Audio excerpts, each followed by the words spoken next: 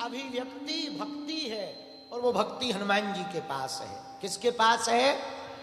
क्योंकि राम द्वारे तुम रखवारे, राम जी के द्वार पर हनुमान जी का पहरा है, तो वो भक्ति हनुमान जी के पास है।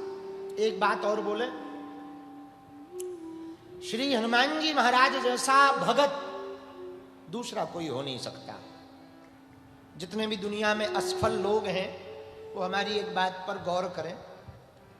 असफल लोग यदि सफल लोगों के बीच में खड़े हो जाएं तो उनके धक्के खाते खाते वो भी सफल हो जाता है। असफल व्यक्ति सफल लोगों के बीच में यदि खड़ा हो जाए तो वो भी धक्के खाते खाते सफल हो जाता है। नास्तिक यदि आस्तिकों के बीच में बैठ जाए तो वो भी एक दिन आस्तिक हो जाता है। जैसे आस्तिक नास्तिकों के बीच में बैठने से नास्तिक हो जाता, वैसे यदि नास्तिक आस्तिकों के बीच में बैठ जाए तो वो भी आस्तिक हो जाता। मेरे पागलों, हम तुमसे वही कहना चाहते, जो अभक्त हो, भक्त ना हो, भक्ति ना हो, वो अभक्त भी यदि हनुमान जी की कथा में बैठ जाता है तो वो भी भक्त हो जाता है। क्योंकि हनुमान जी परम भगत हैं। क्या है? परम भगत। हनुमान जी की भक्ति की महिमा का क्या कहना। हनुमान जी का भक्ति का पहला गुण तो है निराभिमानता। अभिमान नहीं है, अभिमान रहते हैं। यह हनुमान जी की भक्ति का पहला गुण है। हनुमान जी की भक्ति का दूसरा गुण है, हनुमान जी हमेशा सरेंडर रहते भगवान के प्रति, शरणागत, राम जी के प्रति शरणागत। भक्त के अंदर ये गुण होना चाहिए, भगवान के प्रति शरणागत होना चाहिए। हनुमान जी के अंदर भक्ति का तीसरा गुण, और वो है सदा सेवा। कई लोग सेवा तो बहुत करते, नाम सेवादार होता, पर सेवादार बने बने कब मेवादार हो जाते पता नहीं चलता। जैसे कई लोग सफाई करने वाले होते हैं घर की, और सफाई करते करते करते, कचरा की सफाई करते करते कब सामान की सफाई करने लगे कोई ठिकाना। तो कई भक्त होते हैं पर दिखावा के लिए। पर हनुमान जी के अंदर एक बहुत अद्भुत गुण है, वो प्रदर्शन वाले भगत नहीं है, दर्शन वाले भगत है। हनुमान जी के अंदर एक चौथा गुण है। पूछो क्या? पूछो, जोर से पूछो। हनुमान जी के अंदर एक चौथा गुण जो सबसे बड़ा है, खुद तो भक्त है ही है, जो उनकी शरण में आ जाता उसको भी वो भगवान का भक्त बना देते। अच्छा, बहुत से ऐसे भक्त हैं कि खुद भक्त बनने के बाद अपने भक्त बनाते। जैसे कुछ चेला होते हैं, हमारा एक शिष्य है हमारी नजर में, वो हमारी दीक्षा लिए है लेकिन वो खुद भी दीक्षा दे रहा। हाँ, तो कुछ ऐसे लोग होते हैं LIC बीमा जैसे एजेंट कि अपने नीचे बीमा करवाने लगते हैं। तो कुछ ऐसे भक्त होते हैं खुद तो भक्ति करते हैं लेकिन अपने भी भगत बनाने लगते हैं। पर हनुमान जी के अंदर ये अद्भुत गुण है चौथा, वो ये है, उनसे कोई जुड़ता है तो वो कहते हैं हमारी भक्ति मत करो, हमारे प्रभु राम जी की भक्ति करो। राम से जोड़ने का काम हनुमान जी का है। और कितना अच्छा संकेत है, भगवान से जोड़ने का काम हनुमान जी का। अच्छा, इस चौथी भक्ति पर, हनुमान जी के चौथे गुण पर यदि हम बात करें तो जब लंका से हनुमान जी वापस लौट करके आए तो सब बानर आगे हैं, हनुमान जी पीछे। कोई छोटा मोटा काम करता है वो पीछे रहता कि आगे? बोलो बोलो बोलो बोलो। थोड़ा सा क्रिकेट का खेल खेल करके कोई टीम जीत जाती तो कैप्टन पीछे रहता कि आगे? आगे रहता ना। कोई चुनाव जीत जाए तो नेताजी पीछे रहते हैं कि आगे रहते हैं? बोलो बोलो बोलो, आगे रहते ना। हाँ, लेकिन हनुमान जी इतना बड़ा काम करके आए, आगे नहीं है, कहाँ है? तो किसी ने हनुमान जी को पूछा, बाबा आप पीछे क्यों हैं? हनुमान जी बोले, हमारी आदत है, जो राम जी की तरफ जा रहे हो हम उनके पीछे पड़ जाते। क्यों पड़ जाते? क्यों पड़ जाते? हनुमान जी बोले, इसलिए पीछे पड़ जाते कहीं वापस ना मुड़े, और वापस मुड़े तो है हम पे। हाँ, इसलिए हम पीछे पड़ जाते हैं। इतना अच्छा संकेत हनुमान जी दे रहे। अच्छा एक बात और, बाबा आप पीछे ही क्यों रहते हमेशा? हनुमान जी बोले भक्त को प्रदर्शनकारी नहीं होना चाहिए, दर्शन वाला होना चाहिए। ये हनुमान जी का चौथा गुण है। हनुमान जी का पांचवा गुण, वो भी बड़ा प्यारा है। पूछो क्या?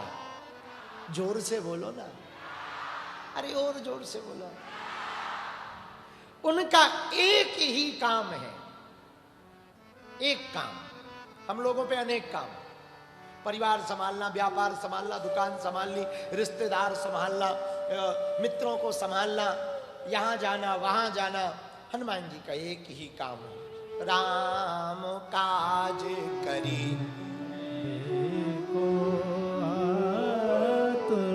आतुर। हनुमान जी का काम केवल राम का काज है। और मेरे पागलों, यदि तुम भी राम का काज करना चाहते तो हमारा एक सूत्र नोट कर लो, तुम्हारा काम भी राम काम हो जाएगा। अपने काम काज को ही राम काज बना डालो। क्या बनाओ? बोलो बोलो बोलो बोलो। काम काज को राम काज। हमारे टी राजा से सीखो, राजनीति को राम नीति बना दिया। हा? और जब राजनीति राम नीति हो जाती, राष्ट्र नीति हो जाती, तो उस नीति को कोई उखाड़ नहीं पाता है। राम के काम को, अपने काम काज को राम का काज बनाओ। हनुमान जी ने यही किया, कोई काम नहीं, राम काज। ये पांचवा गुण हनुमान जी के अंदर। हनुमान जी के अंदर छठवां गुण भी बड़ा प्यारा है। पूछो क्या? जोर से पूछो। जो सनातन की रक्षा करते हैं, सनातन के लिए लड़ते हैं, धर्म का प्रचार करते, हनुमान जी उनकी रक्षा करते। ये हनुमान जी का छठवां काम, छठवां गुण। साधु संत के तुम रखवारे, असुर निकंदन राम। ये हनुमान जी का छठवां काम है। तुम रक्षक काहू को डरना, सब सुख लहे तुम्हारी शरणा। सनातनियों एक बात तुम याद रखना, हनुमान जी के इस छठवें गुण से तुम सीखना। हम यदि उड़ नहीं सकते तो दौड़ें, यदि दौड़ नहीं सकते तो चलें, और चल नहीं सकते तो घिसटे, और घिसट भी नहीं सकते, खिसक भी नहीं सकते, पर जोश बनाए रखें। यह हनुमान जी से सीखो कि तुम यदि सनातन के लिए लड़ नहीं सकते तो जो लड़ रहा हो उसके बगल में खड़े हो जाओ। कम से कम भीड़ तो दिखेगी, भीड़ दिखेगी तो शत्रु को अंदाजा तो लगेगा कि हम जिससे लड़ रहे हैं वो अकेला नहीं है, उसके साथ हिंदुओं की फौज खड़ी। मत लड़ो तुम, मत लो हाथ में शस्त्र, मत तुम युद्ध करो, तुम कोई बयान मत दो, पर जो दे रहे हैं उनका साथ तो दो। हनुमान जी का ये गुण है, हमारा गुण नहीं है, ये हनुमान जी का गुण है। ये कोई हम हिंदुत्ववादी होने के नाते नहीं बोल रहे, हनुमान भक्त होने के नाते बोल रहे हैं। ये हनुमान जी का गुण है, छठवां गुण। साधु संत के क्यों रक्षा करते? हनुमान जी क्यों रक्षा करते? बाबा कहते जो हमारे राम का काम करता वो हमारा काम करता। छठवां गुण हनुमान जी की भक्ति का सातवां गुण सुनिए। हनुमान जी के अंदर एक और गुण है जो बड़ा प्यारा है। पूछो क्या? अरे जोर से पूछो। हनुमान जी में बुद्धि है तो बल भी है, और बल है तो बुद्धि भी। कई लोगों के पास बल है, बुद्धि नहीं है, और कई लोगों के पास बुद्धि है, बल नहीं है। कुछ लोग हमने ऐसे देखे समाज में जो विचार तो करते हैं, कार्य नहीं करते, और कुछ लोग हमने ऐसे देखे जो कार्य तो करते हैं, विचार नहीं करते। और समाज को यदि ठीक करना है तो हमें लगता अग्रवाल समाज, माहेश्वरी समाज, गर्ग, मारवाड़ी समाज, पटेल समाज, यहां बहुत समाजों के लोग बैठे हैं।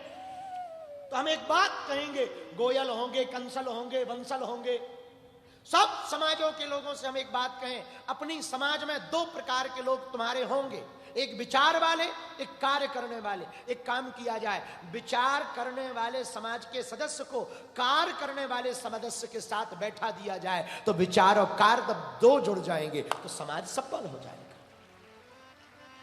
समाज व्यवस्थित हो जाएगा।